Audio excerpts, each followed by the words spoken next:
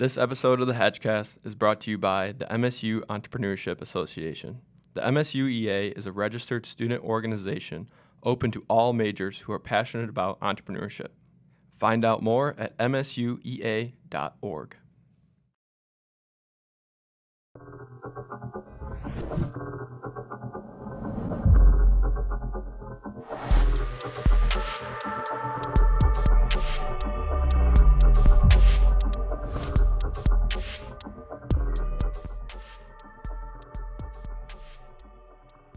Welcome back to the Hatchcast. I'm Brandon Weaver.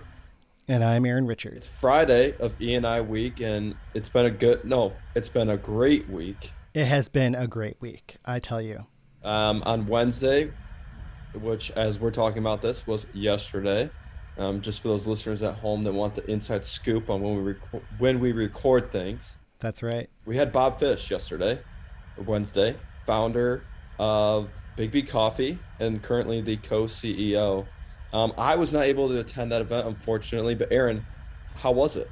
It was a really, truly amazing event. I'm so glad that we get to give you the full rundown of his talk. He was so inspirational, just so genuine, and he had some real tidbits for entrepreneurs and folks who might be interested in franchise as an opportunity, as a business opportunity. He talked about everything from the entrepreneurial mindset and how he and BIGGBY COFFEE view their relationship with the community and how they choose franchisees. Yeah. It was great. And Bob was actually supposed to come in last year.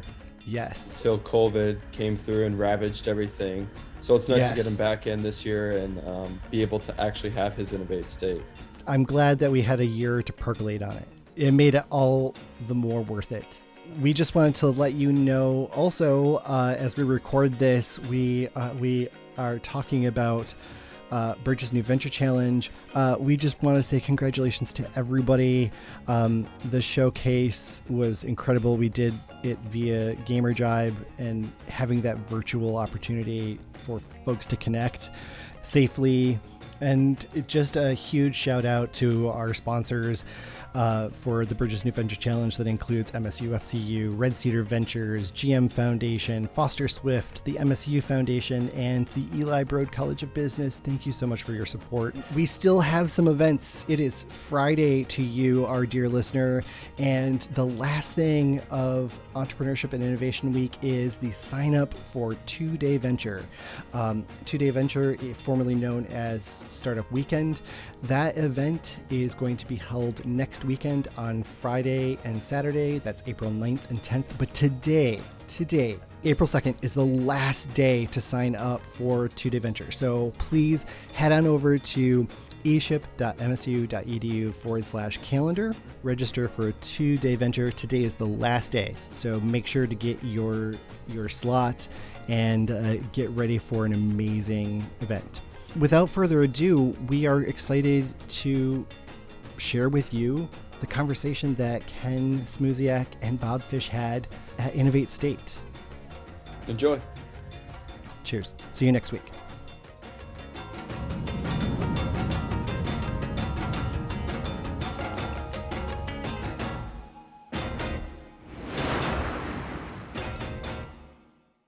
I'm really excited for tonight's conversation, candidly. Tonight's featured guest is just one of my favorite founders, one of my favorite speakers, and I think you're really in for a treat for tonight's dialogue. And there's going to be a ton of insight, tremendous knowledge, and a lot of takeaways from tonight's conversation. But before we get started with that, a few quick announcements and commercials for upcoming opportunities for those who are watching. I want to make sure that you are aware of a few upcoming programs that might be of compelling interest to you. We do have one more Innovate State scheduled for this spring semester at Michigan State, and that is going to be Tuesday, April 13th, featuring Jasmine Beaudry out of Atlanta, Georgia. She is a co-founder of a couple different ventures. She's a retail and fashion, textile merchandise expert, and that promises to be a great conversation. Excited to feature Jasmine in that way. Again, that's going to be Tuesday, April 13th. And you'll notice in the chat feature of tonight's Zoom, we are dropping links as I discuss them.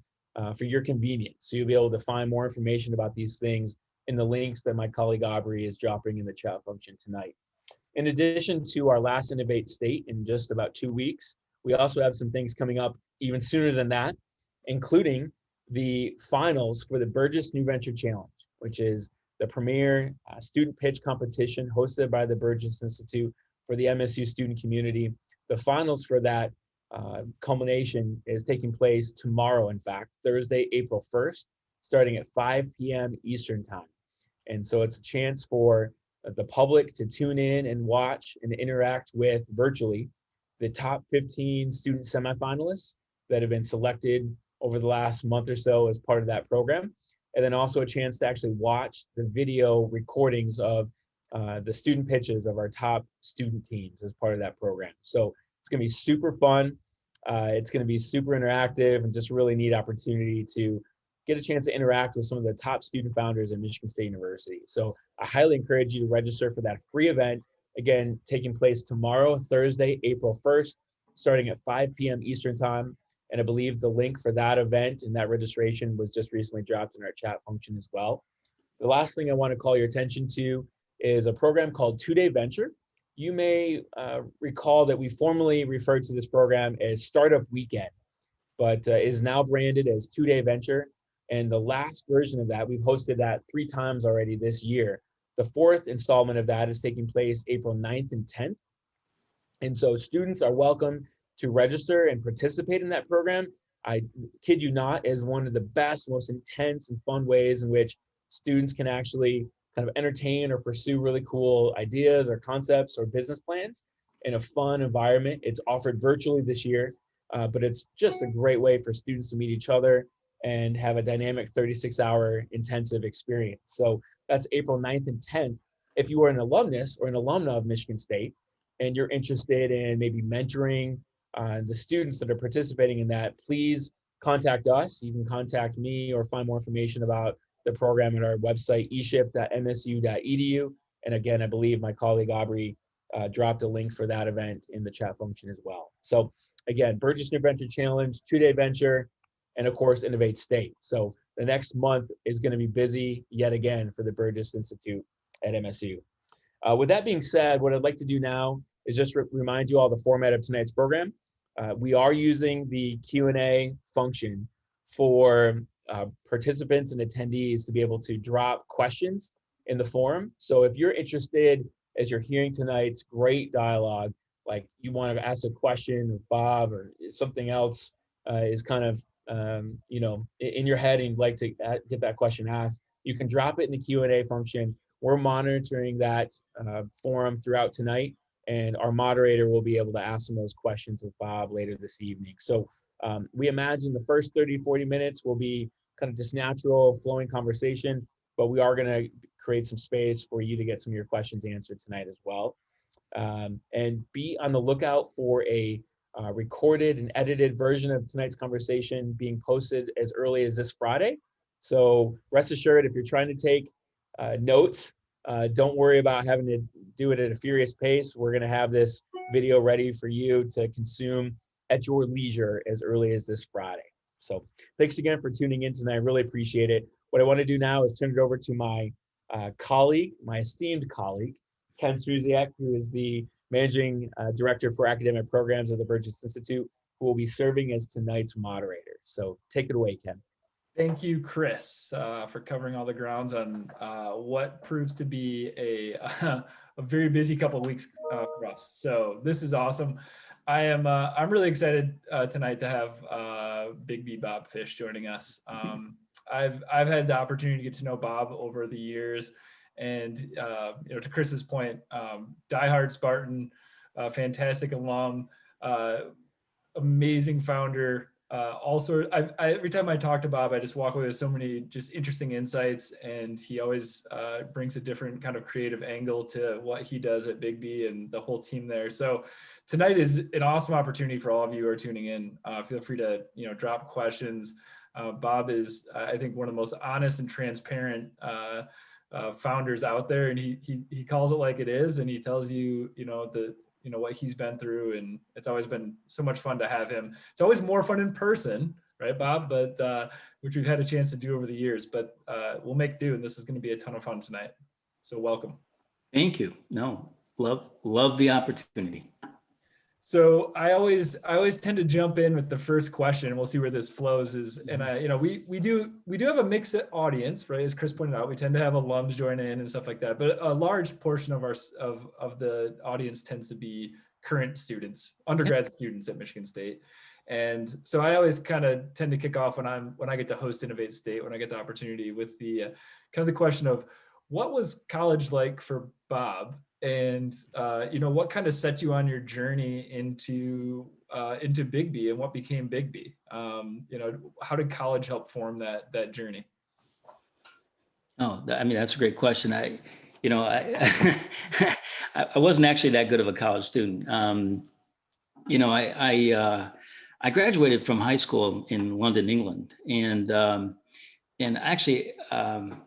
I got accepted to MSU, but I'd never been to it, right? So I came to MSU sight unseen, and I was going to be an engineer until I showed up to my first engineering classes, and I realized I didn't really belong there. And so, I migrated from engineer to no pref major to business, and then I ended up in the hospitality business. But,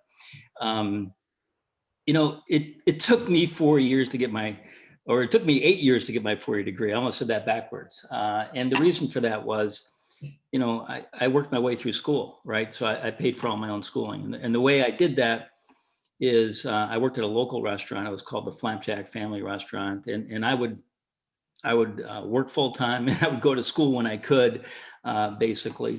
And it took me a while to get there. But by the time I graduated, the place that I was working, I ended up being the general manager there. So it was a very practical experience for me because I was working in the real world of the restaurant business while sort of doing the theoretical academic version of learning about it. And it was really a very powerful experience for me. But when I graduated, the folks that I was working for wanted to expand their concept. And what I wanted was to own my own restaurant, right? So I was entrepreneurial at heart. I didn't really want to go work for somebody, so to speak. And so we shook hands, and they agreed to help me own one of their restaurants if I helped them grow. And that's exactly what happened. And so I opened my first restaurant in 1991. And that was on the west side of Lansing on Waverly Road. Yeah. And then I sold that 2 years later, took a year off, did some research, and then I opened BIGGBY Coffee March 15th, 1995, 26 years ago. Yeah. Yeah, I mean, I love that story. I mean, I kind of baited it because I heard it before. Yeah. But I think so many students, they sometimes they're they're on this trajectory. I got to get through it in 4 years. I got this plan, and I just think it's so cool how you really immerse yourself in the industry that you were interested in, and and came out the backside of your college experience in a position where you could own your own business right out the gate, which I think is just really interesting because I mean, a lot of your peers wouldn't have been in that similar position without that trajectory, No, I mean, I had the perspective, I think, of an entrepreneur already by then. And one of the ways I like to describe entrepreneurialism is that you can look at the same information that everybody's looking at, but you're seeing it through a different prism, right? So you see a different spectrum.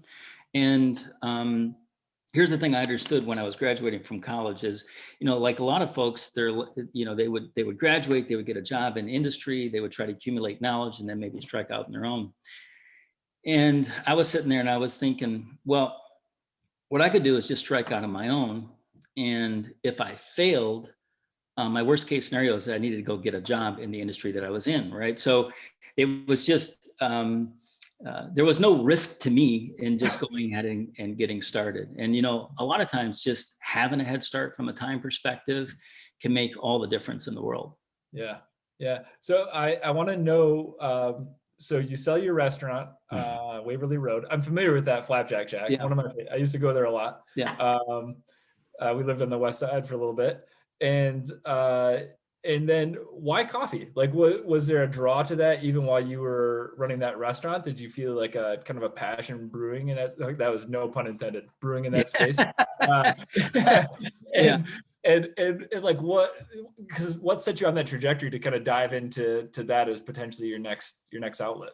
Yeah, I mean, I'd kind of grown up on good coffee, you know, I mean, not to be sounding like an elitist, which I'm not, but I grew up mostly in Europe as a kid, and there, you know, we were drinking good coffee long before it found itself again in the United States, right? So, but then in about 1993 in East Lansing, Michigan, the first coffee shop opened, and the first one that opened was actually on MAC. It doesn't exist there anymore, although it exists someplace else. And it was a concept that still exists today, maybe not, but it was called Espresso Royale. Yeah. Absolutely. And it was just like a closet, you know, with an espresso machine in it. And I poked my head in there. I couldn't believe it, but there were customers, and I was just completely turned on, right? So I loved specialty coffee. I loved drinking great coffee. And I'm like, wow, we can make a business out of this in the United States. You know, you have to understand, at that moment in time, people weren't really drinking specialty coffee. I mean, by the time I opened BIGGBY Coffee, you know, the general stat out there is that 70% of the American population was drinking coffee, but only 5% of that 70% were drinking, or 70% were drinking regular coffee, 5% of that 70% were drinking specialty coffee. Okay. So there weren't many, there weren't many customers yet. And so, but what that meant to me is that there was wide open territory, you know? Yeah. And so I'm gonna ask you one step further, because I remember we talk a lot when we talk with our students, we talk a lot about kind of that customer discovery process and understanding, okay, coffee shops are starting to pop up, right? You're seeing, you know, it starts with one on MAC, but probably by the time, you know, you're really starting to formulate your idea, how many, 3, 4, 5 more maybe have emerged. What was it that made you understand kind of what BIGGBY should be in the marketplace compared to what the competition was? Like, as you went through those shops, like, you know, I think you've told me stories about you camping out and just listening to orders and thinking about products and what could be a different experience. And how did you craft BIGGBY's kind of feel, right, in terms of how it would fit in the marketplace? Yeah, I mean, the general thrust of BIGGBY Coffee in that moment in time and still today was approachability, right? So specialty coffee was pretty stuffy and still can be pretty stuffy. And you know, now we might call stuffy a foodie, and that's more in vogue and appropriate and so on. But in those days, you know, it was just a little over affected, right? And you know, folks didn't really understand what espresso was. And as a matter of fact, they were calling it espresso, which is, you know, totally incorrect. They didn't really understand the difference between a latte and a cappuccino. And instead of like looking down our nose at them and, you know, being too elitist, what we did was we demystified it right away. And you can see that through the whole character of BIGGBY Coffee, in the sense that even how we name our drinks, you know, our #1 selling drink is called the Caramel Marvel, which, you know, to me sounds like a superhero flying through the air, where, you know, our competitors were calling it a caramel cappuccino or a caramel macchiato, these very affected terms. And there's nothing the matter with that terminology, but we were trying to make it so that anybody could walk in, look at our menu board and feel really comfortable and order a teddy bear, right? So, you know, a teddy bear for us is caramel plus white chocolate, but it's definitely the kind of drink that just makes you smile when you want to order it. And that idea of approachability inside a community has carried us forward in BIGGBY Coffee. Right. You kind of demystified the menu, right? Like, you walk in and be like, I don't know what a macchiato is, but I'll give it a whirl so that I know if I like it or not, you know? That's right. I think it's a really cool thing. How you kind of carved out that niche and really approached it. And, you know, one of the things I know you talk about a lot is kind of the founding team and how, you know, BIGGBY #1 and then BIGGBY #2 happened. And you moved into franchising really quick. Do you mind touching on just that story and how you creating your founding team and you've stuck together, right? I mean, really through the growth of BIGGBY to some extent. And then you got invited essentially into the franchising realm. What was store #2, I think, right? Store #2, right? Yeah. And So there's really two parts to that question. Yeah. One, Yeah. the founding members, and the original cafe was founded by myself and Mary Roselle, who was also a graduate of MSU hospitality business. Yep. She's since retired. So the remaining partner I have is myself and Mike McFall. We're 50-50. And by that, I mean, we're exactly 50-50. And then I'm just going to put a plug in. I love partnerships, and partnerships are really, I've never been in business without a partner. I think it's the best thing in the world. But this early franchising. So, when we started BIGGBY, we knew we wanted it to be a concept of significance, meaning, we wanted multiple locations. We just didn't know how we were going to do that. But even with the opening of the first location, we used to get phone calls from folks and say, they would ask the question, where are you out of? And that sort of implied that we were a concept that came from someplace else and entered East Lansing, Michigan, rather than being a concept that was born in East Lansing, Michigan. And so we kind of knew we had something right away in that way, but we didn't know anything about franchising. And, one of the lessons I learned pretty early in business is, go ahead and give people a call that you don't know, but you admire, and one of the people I admired in East Lansing at that time was a woman by the name of Mary Ellen Sheets. And she started a company called 2 Men in a Truck, and she was franchising, right? So, I called her up and said, I know you don't know me from Adam, but I've got some questions about franchising. And, really the first part that was amazing is A, she took my call because she was already like a figure of significance, and B, that she just took the time to answer the questions. And what I would say about all those questions is they were silly. They were silly questions. They weren't the right ones, but it didn't matter. She answered them. And what she really did for us is she gave us the confidence to move forward with franchising. But the idea of franchising a concept that only had 2 units, today they would call that proof of concept, but was a little unusual, right? We weren't a system, we weren't a chain yet. We're just a couple of lucky folks that managed to get to 2 units, but it really took off at that point. Yeah.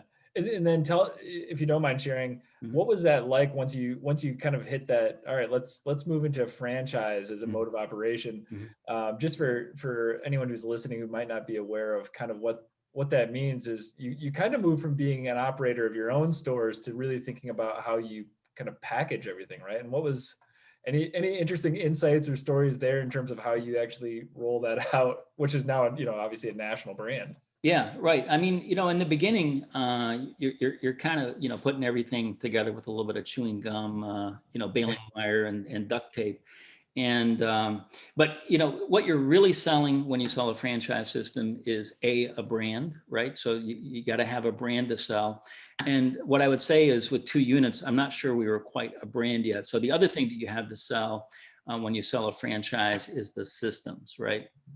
And so that was just, and frankly, that was because of the time that I spent at MSU, our ability to take what was in our heads, that bounce between our 2 ears, these ideas and methods of operation, and get them down in black and white, get them down in writing so that we could communicate it to others. That was really the key to success in that franchising for us. But in the end, when you franchise, suddenly you're, first we're definitely in the specialty coffee business, but then we're in the franchise business. And the franchise business is nothing more than being a business coach for a bunch of people that want to be in business for themselves, but not by themselves, right? So these are folks that know that they want to swing the bat, but they're not going to be the kind of folks that are going to start something from scratch, but they definitely can take an idea and some systems and a brand and run really, really hard with that.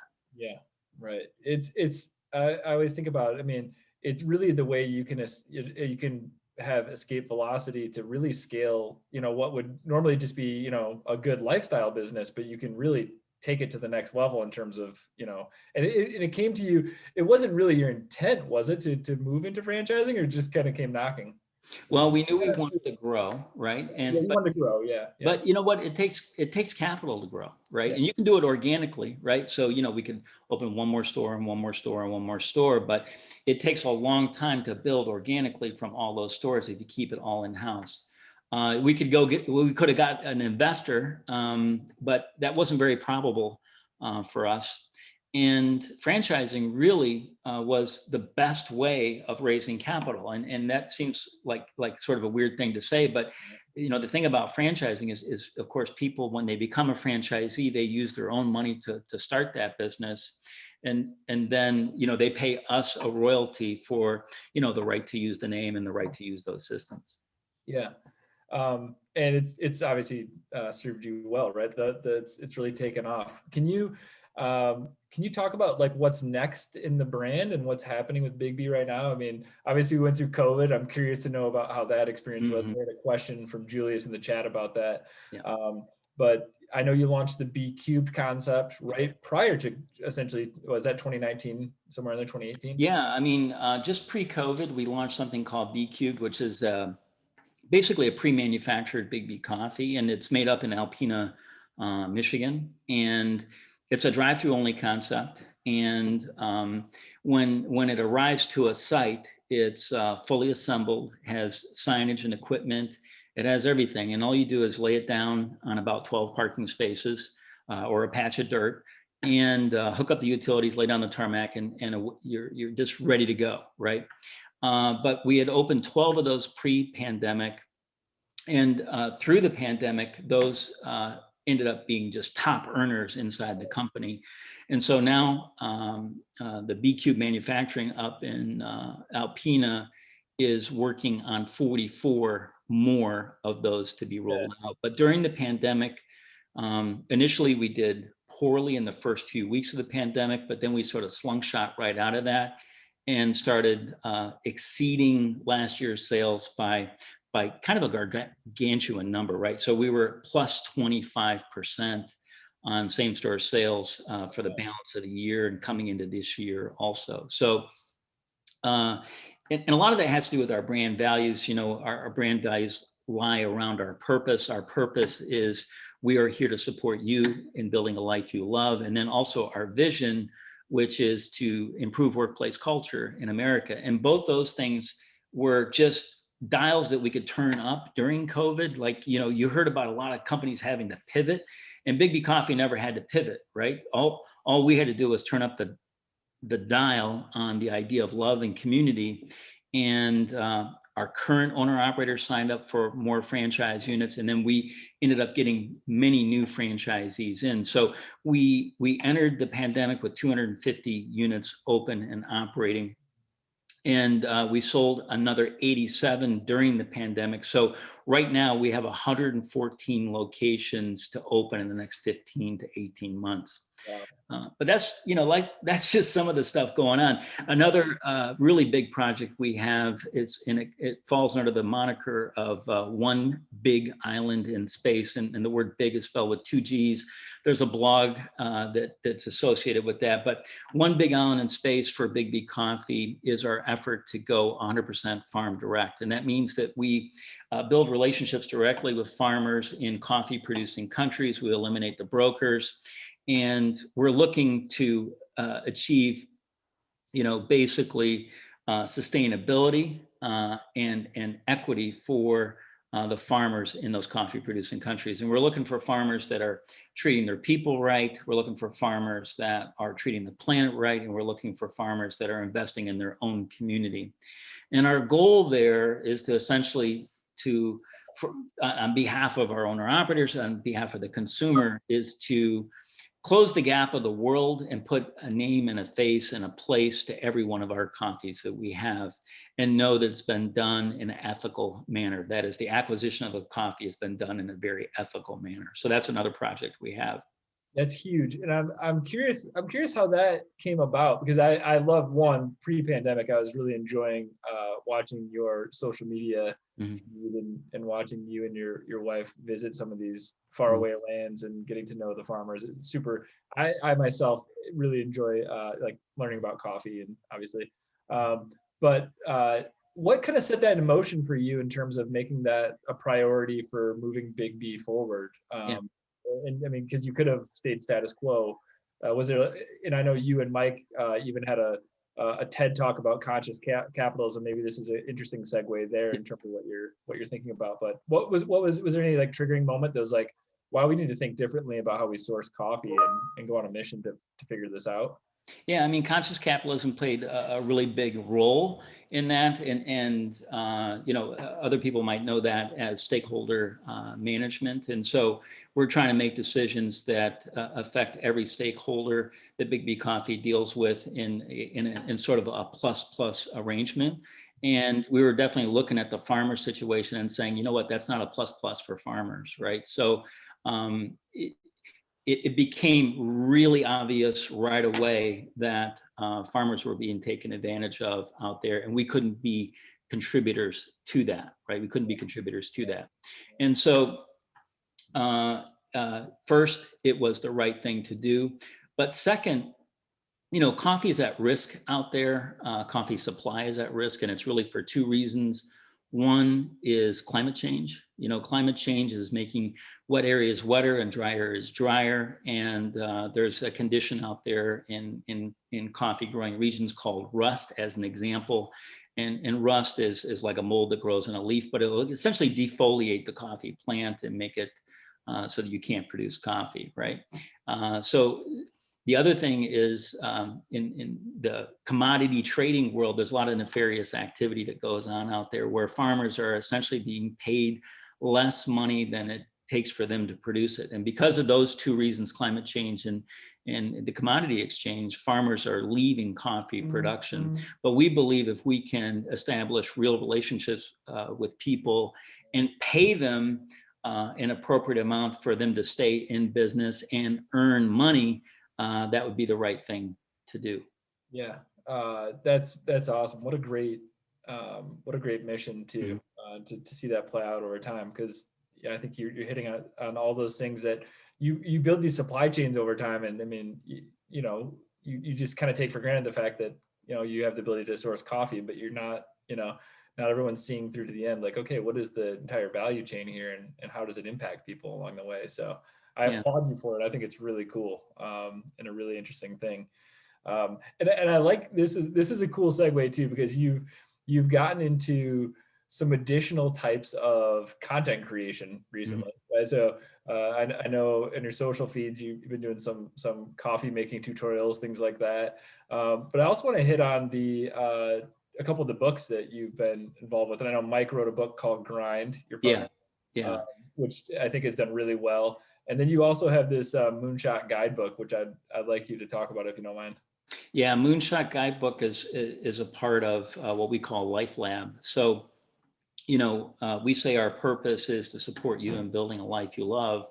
Well, we could say, okay, well, how are you going to do that, right? And so we came up with what we think the four metrics of that is, right? So one of them is, do you know who you want to be? Do you have personal vitality? So, emotional, physical, spiritual. Do you have a sense of belonging? And the fourth one is, can you exceed your basic needs? And so we have built workshops for inside BIGGBY Coffee is the way that started at first, but now we offer them to the outside world too. And these are life-changing workshops, right? So you sign up for one of these workshops through Lila, and it's a personal challenge for you to investigate these four areas of your life. And they've been life-changing for me, as a matter of fact, too. But the Moonshot Guidebook, which you can find on Amazon.com, we published that in conjunction with or with the conscious capitalism movement, is really an investigation of who you want to be, right? And the workbook takes you through step by step and begins to ask you questions that we don't find ourselves asking ourselves very much, right? And, most of us kind of live within the circumstances that we are, and we kind of think that's the way life is, rather than saying, well, listen, what do I want my circumstances to be? And if I want them to be X, how will I get there? How will I do that? And that's what that Moonshot Guidebook does for you. That's really cool. And I think especially now, during COVID, like I found it to be, as inconvenient as this whole experience has been, and thankfully we've made it through healthy and with relatively unscathed, is it's, it's good. Definitely had some moments where you can have a little more introspection, and so I think the timing's pretty good, right? No, it's super fine. Yeah. And, what we like about these workshops too is, I mean, it's one thing, let's say to be talking to, a very academic crowd like the one that we're talking to right now. But there's a lot of folks that are at entry level at BIGGBY Coffee that, might be putting themselves through college, or this might be their life career, right? And to give them an opportunity to attend these workshops are about 6 weeks long, to enter one of those workshops and just to hear people talk about how it's changed their lives, right? So when we look at the idea of somebody's life trajectory, being on a slope that's upward and going in this direction like that, what we want to do is intersect with that slope and change the steepness of that slope and have that be an impact in a multi-generational way. Yeah, I think that's really cool. And I applaud you for getting. I think it's really neat is that it's something you developed internally at BIGGBY, and then you realize like, oh man, this is the rest of the world needs to see this, right? And what we're doing, which is well, although we basically used the petri dish of BIGGBY to develop this, it was always to be an impact on a wider perspective. So, if you look at our vision is to improve workplace culture in America, right? And there's so much dissatisfaction. Like if you look at Gallup polls and there's so much stress, there's family crisis, there's drug abuse, there's alcohol abuse, there's just so many consequences of a bad or an unsafe work environment. And what we're looking to do is to demonstrate that a company like BIGGBY Coffee can be both successful and healthy, a healthy place to work, and some place that contributes or literally supports you. So we don't guarantee that we will change your life. What we're guaranteeing is that we're going to support you in the change that you want to see in your life. Yeah, I think that's really cool because it's empowering, right? Yeah. There was a question popped up in the feed. This is a slight pivot here, but I think it's an interesting one to talk about. Is how do you now that BIGGBY's grown, right? It's become an established, known brand. Obviously, still plenty of room to grow in the coffee market, right? Yep. And I think obviously you see a lot of upside potential in where it can go. But how do you view big national competition? And Starbucks is the elephant in the room there, and then also kind of like, how does BIGGBY grow with that competitor in the space, and then also thinking about maybe how you play with smaller communities, and what's the strategy? I guess would be the question I think Julius is asking here. Yeah, well, what the strategy is that we're a franchise company and Starbucks isn't, right? And so now what that means is that we always have local ownership no matter where we are, right? So although we have this home office and things are centralized and from a process perspective or from a brand perspective, but we are always represented at the local level. Right. And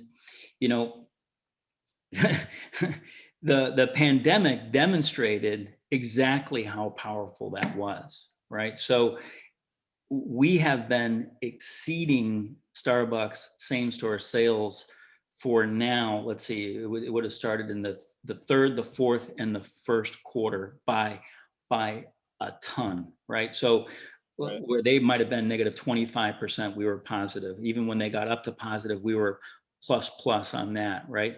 And the difference is we have a human being that's from the community that it's serving, right? And so particularly during the pandemic, like a company like Starbucks, at different points in time, and by the way, I love Starbucks. I think they do a great job. I'm not really knocking them. I'm just saying that they had trouble getting staff members to show up, right? Because it felt unsafe. But with BIGGBY, having local ownership, having the staff know the person that was probably their neighbor that was asking them to come to work, somehow made a really large difference. Yeah. Two, the community trusted BIGGBY more too, because the owner of that BIGGBY was from that community. And so our performance during this period of time outshined Starbucks, it outshined Dunkin' Donuts, it outshined Tim Hortons, and it outshined independent operators. And the reason for it, besides just having sort of that local component, the reason for it is we had all these independent minds working together, right? We always say we're stronger, better, smarter together. And so there were real problems to be solved that there was no textbook to fix during the pandemic. And we created these things called town halls where everybody came onto a phone call at the same time and problem solved how to deliver a drink without contacting someone, right? So an example of that, the very early example, somebody cut a hole in a tennis racket and put some cardboard in it to deliver a drink in that particular fashion. People developed arms to deliver a drink, but these were all done in real time. This didn't take weeks, this took hours to do, and it was really quite phenomenal. And it was community based. It wasn't handed down from high, right? Totally. Which is cool. It's very powerful. Yeah, and the other unique thing about the franchise model in this setting too is, I'm just outside looking, and maybe you confirm or not, is it allows your operators the ability to essentially understand at the ground level what the regulations are and move and operate the way that they're allowed to, as opposed to maybe a corporate control where you're handing down the same rules to everyone, right? Totally. Look, we were dealing obviously in multiple states and multiple communities. The laws and the regulations were different in each one. The expectations of the community were different in each one. And we had the flexibility to allow the owner operator to make the right decision. I mean, we have some mandates inside the company from an expectation. So as an example, right now, there are some states saying, look, you don't need to wear a mask anymore, right? But BIGGBY policy is still, you got to wear a mask kind of thing. But there's very few of those inside BIGGBY Coffee. And most of the time we're handing off that decision-making to the owner operator, keeping in mind that we want the health and safety of their staff to be a priority, we want the health and safety of their community to be a priority. Yeah. There's a question in the chat here from Tori, which you've hit on this a little bit. Maybe you can expand a little bit. Is thinking about how you implement purpose and passion in your business. But maybe I think I'll layer on one more piece of that equation. Maybe you can talk about is like, how do you choose the right franchisees to work with you? How does that process unfold? Maybe that plays into that a little bit, because I think might be interested in that. Yeah, I mean, what I would say there is we don't choose them, they choose us, right? So, like there's a level of intensity that I'm coming at you, with here. That same level of intensity happens during what we call our sales seminar, or where we're entertaining new prospects for the business. And this idea of defining what our purpose is, and which has nothing more to do than with love and community. And we come out, and one of our goals in life for both Michael and I is to make the word love as ubiquitous as the word profit inside business, right? And so we're very forward with that. And if you're a potential BIGGBY Coffee franchisee candidate, and that just feels a little too hippy dippy for you, we're kind of hoping that you're just going to opt out of that, right? So we're definitely into running a business. We're definitely into making the best coffee in the world, but we're also definitely into this idea of love and community. Yeah, I think that's a really cool answer to that, because I think oftentimes, as businesses grow, they waver on some of these things. And I've always thought that your approach to this has been, right on and really admirable. Well, the beautiful part of it, Ken, frankly, is that once somebody opts into this idea, right, that combining the word love and business and profit all together, and really, which is just conscious capitalism or stakeholder capitalism, that's the more academic version of that. It really becomes amplified, right? Because the only people that really sign up are the people that are like, you know what, that sounds cool and that sounds right? And I find sometimes our owner operators, I mean, they do a 2x job on what we do in terms of approaching the community with love, and it's really compounding, Yeah. And I think, I love your authenticity too. I mean, people know when they meet you, you're like, all right, these people aren't just pretending. Right. It's not a marketing message, right? And maybe that plays in with the brand a little bit too, because you've established BIGGBY as, you see the sign, you know what it is. Maybe you could just lend your thoughts to brand identity and how important that is to companies, because you have this mission vision. It manifests itself in a store run by franchisees who are really committed and understand, how you're going to support them. And then, yet, at the heart of this franchise, you have to have this symbol, this brand. As an entrepreneur, kind of gleaning information from this, like, what advice do you have around branding and how to tie that together? Was there like what things that maybe someone should be conscious of if they're building something from scratch, like you did? Yeah. No, I mean, I think like using the word branding is basically a marketing thought, right? Like how are we going to market this? Whereas I actually think branding has everything to do with culture.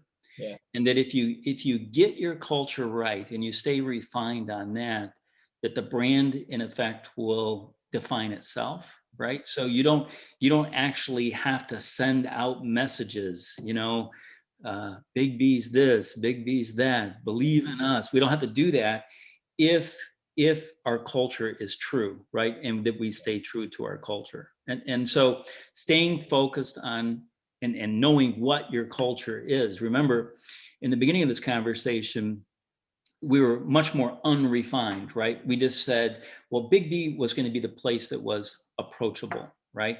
And now it's much more refined, right? So the purpose is we're going to support you in building a life that you love, right? And that's directed towards our franchisees and owner operators, but it's also directed towards their baristas, and it's also directed wholly to what we call Big B Nation or the consumer. Right. I love that answer, because when you think about kind of brand evolution, I mean, like you said, it's one thing to just brand something and be like, okay, let's just pummel the audience with this until they capitulate and buy my product, right? But it's a wholly different thing to create a community and have people opting in and being an ambassador for you, without having to do the work. Well, we always do the work, Ken. You still work. No. What I was going to say is, they're working with you, right? Like, right. But that is why during the pandemic, we did so well. Again, so many companies had to do something they called their pivot, right? Yeah. Where they had to decide that now they were going to believe in community and love people, right? Right. And all we had to do is look at exactly who we were and say, you know what? We actually haven't turned the dial up enough on that. We're going to turn the dial up a little higher. Yeah. I love it. So what's the moonshots left for Bob Fish and Big B? You sold a lot of new franchises during the last year. Yeah. Expansion's good. I noticed you've gotten some attention for that from some outlets, which is awesome.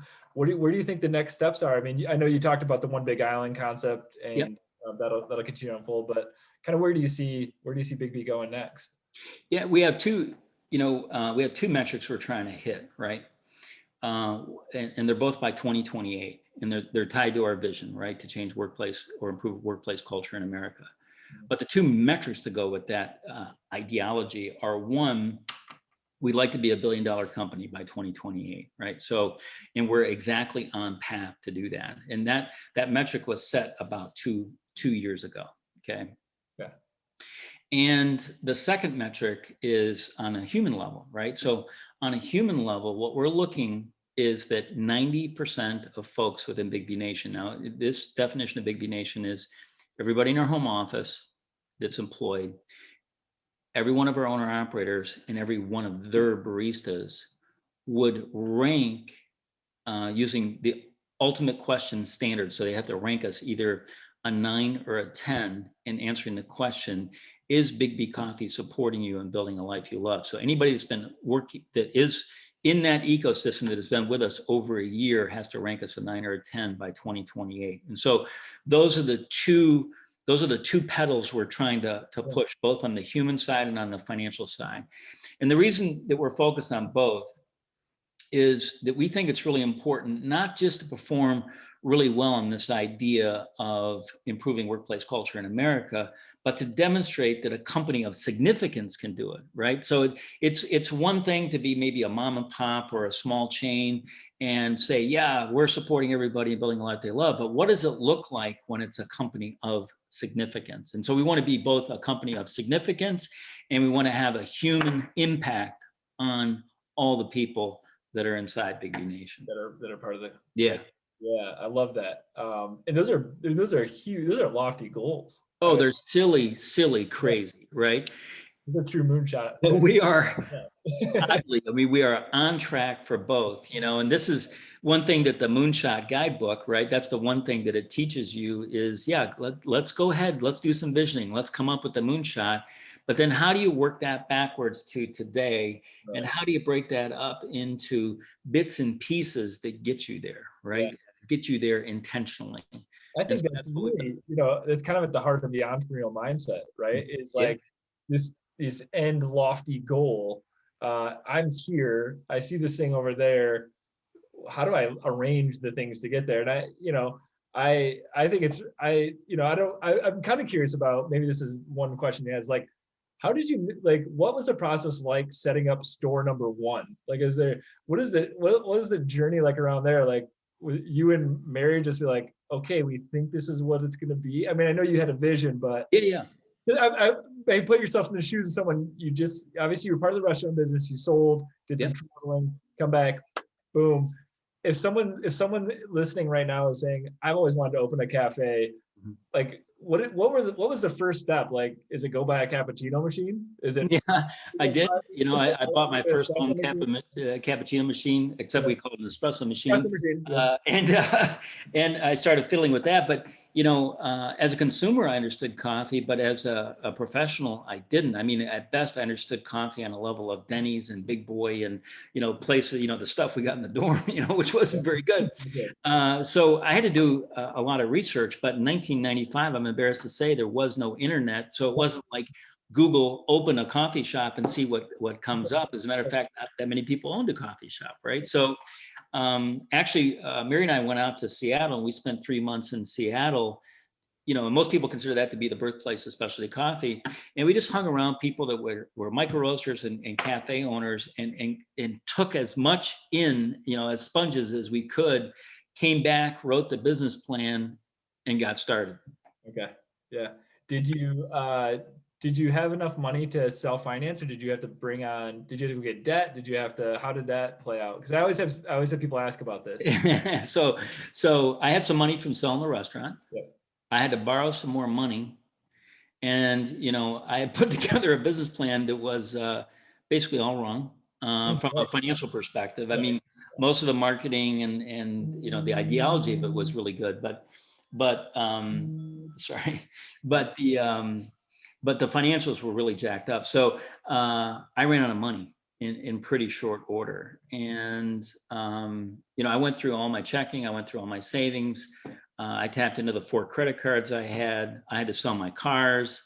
I was borrowing cars to come to work and that kind of thing. But I mean, I flat out ran out of cash. And it's a traditional mistake, you know, not having enough working capital on a startup, right? It just takes a lot longer to communicate to people about a new idea than it should, right? In your head, it's all clear, but everybody else's, it's not so clear. But obviously we survived that moment, but it was very difficult and it was very daunting for a long time. Yeah. And the location where the original BIGGBY was, is it true, right? Was the original kind of curved dome in East Lansing? Yeah. Okay. Yeah, it was an old Arby's. It was the 11th Arby's in the nation. And those were built to look like a covered wagon. Yeah, that's cool. I had many coffees in that over the years as well. So I know we're closing it on time, but I have a couple of kind of random questions I want to ask you as well. First and foremost, for anyone listening, what is the one thing they should be doing at home to make their coffee better? Oh, yeah.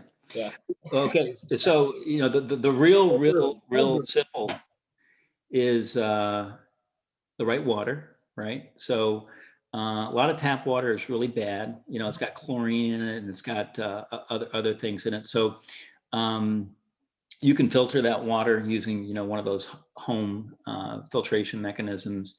But I prefer using spring water. So I use spring water to make coffee with, because it has minerals in it, and those minerals actually, do a better job in bringing out the flavor of coffee. And then the other thing is using fresh ground coffee. And so having, a grinder that would probably cost about $150. And I know that seems like a ridiculous investment, but having fresh ground and properly ground coffee can also make all the difference. And so once you cover those two things, the next best thing is to get your coffee and water ratio right. And so, our standard is use about 60 grams of coffee to 1,000 milliliters or 1 liter of water. And then you can scale that down to whatever. Okay, this is good to know. Yeah. Oh, now here come all the questions. They're pouring in now. My coffee question prompted more. No, good. All right. So one was about team. How did you find the right team in terms of kind of getting BIGGBY to get to its trajectory today? Yeah. So team building is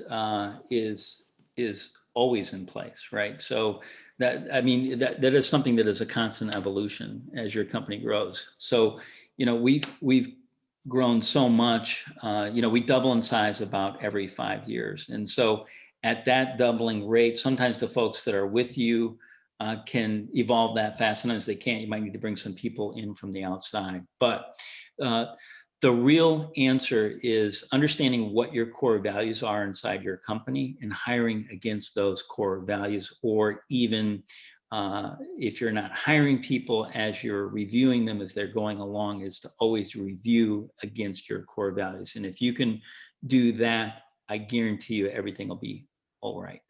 That's awesome. Yeah. We did have a question about your struggles with the first BIGGBY when you ran out of cash. How did you clear that hurdle? Was it outside investors? Did you bootstrap it? Did you? They're looking for a little more elaboration there. Yeah, 100% bootstrap. So, we have 7 operating core values, and one of them is being top line driven.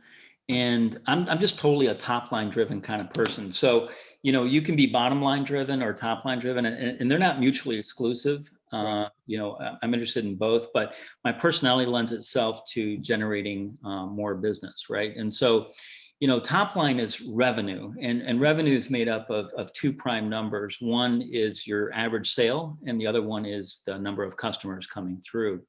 And average sale is really easy to influence, particularly in retail. That's basically just an upsell or a packaging kind of thing. But the real thing to focus on is, how do I get one more customer tomorrow? How do I do it? And a lot of people think it's marketing, and it's not. What it is you have to create an experience that is dynamic enough that somebody wants to either come back more often, tell somebody else, or bring somebody else back with them, right? And so being top line driven just simply means that you are consumer centric. And if you are consumer centric, you will always get more customers, right? And so top line driven is what's made that happen. Okay. Yeah, it's a great answer. When you went down that path, did you find yourself thinking about product innovation and like ways in which like you could make that experience even more exciting and memorable for the customer? Were there any particular things that you did that were like, oh man, we pulled the lever there and that was a really cool thing that we tried? Yeah, you know what? If you're listening to your customers, they'll tell you exactly what they want. Right. And so in those early years, we started off with 2 sizes and, no frozen drinks. There was just a very simple menu. But as time went on, the consumer would tell you exactly what they want. And you have to move and be nimble enough to take advantage of that very quickly. So that's one side of it. And then I will say, from a bootstrapping perspective, because I did totally bootstrap it, if that was the question, I did do some marketing, but I didn't have any money for marketing. I didn't have any money, right? So I would do crazy things like, when we close up, we had, logoed cups and that kind of thing. There were about 30 other coffee shops in the greater Lansing area. And I would drive around at 11 o'clock at night, and I would put our cups in the top of their trash. And the reason I put our cups in the top of their trash is I figured if those customers, when they went to go use that trash the next time, they would see our cups in their trash, which meant that customers that went there also went to BIGGBY Coffee. That's the way that would translate. So that was a marketing method for me. Yeah. And then another marketing method was, our parking lot was empty. And so I and all the staff would park up front, which would kind of trick people into coming in, because nobody wants to go into an empty cafe, but everybody's happy to go into a cafe that has somebody in it. And so people would walk in and of course realize there was nobody in the cafe, but by then it was too late, and we would grab them and make sure they had a good experience. Right.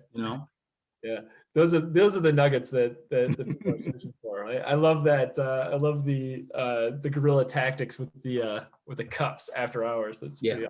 Yeah, it's one of my favorites too. And then we also, today it's all done, electronically. But in those days, we were very early to develop a database and a reward system for consumers. So that stuff's very pervasive today, but we were leading edge at that moment in time, and that really proved valuable because, there's nothing about a BIGGBY Coffee that is inexpensive, right? It is an indulgence.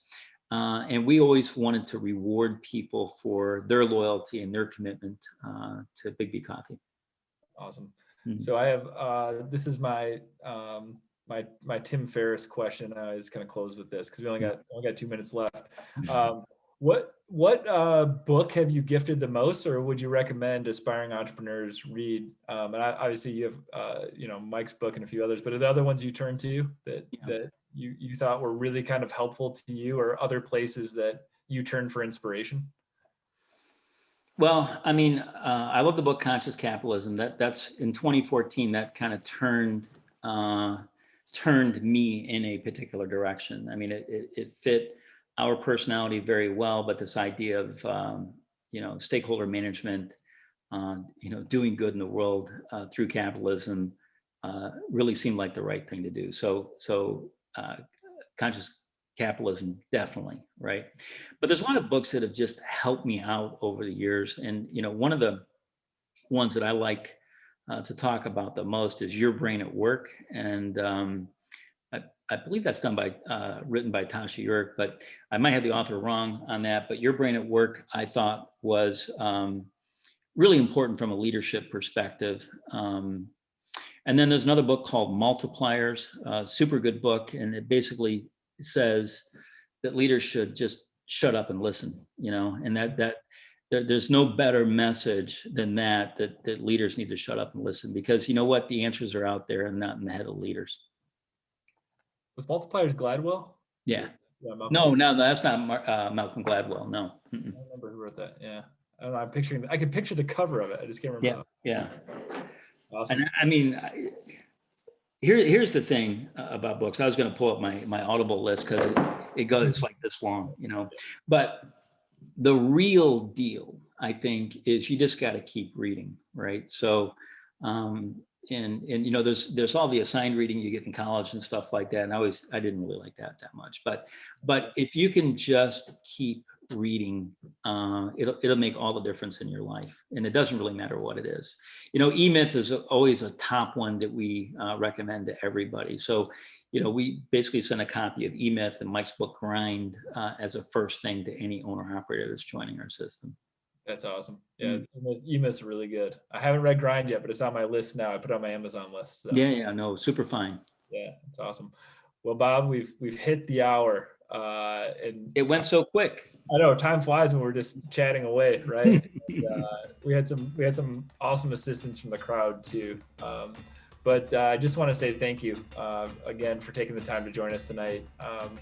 I'm sure we'll be able to do this again in person soon.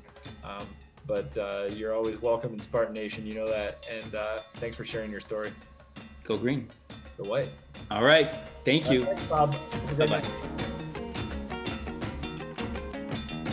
The Hatchcast is sponsored in part by Spartan Innovations. Spartan Innovations provides startups spinning out of MSU's ecosystem the commercialization, support, and financial resources necessary to turn MSU research technologies into successful Michigan businesses. Hatchcast is an ongoing Hatchcast. Hatchcast is an ongoing collaboration. This podcast was co-created by Aaron Richard, Tyler Mihai, And Kurt Krieger. It is produced by the Burgess Institute for Entrepreneurship and Innovation in cooperation with the MSU Foundation. Gabe Hales And Justice Keach are our sound engineers and editors. Our co-producers include Brandon Weaver, Gabe Hales. Justice Keach and Aaron Richard. Original sound is created by Kakia Gardina, With help from Aubrey Haas, Brandon Weaver, Caitlin Setter, Sydney Owinga, Kurt Krieger, Tyler Mihai, Gabriella Alum, Jeff Smith, Paul Jakes, Ken Smusiak. Desiree Melfi Bozo, Neil Kane, and Lori Fisher. If you have any questions or comments, please Please feel free to reach out at Hatchcast@msu.edu. hatchcast@msu.edu. hatchcast@msu.edu. Thank you for listening. Thank you for listening. Thank you for listening. Thank you for listening.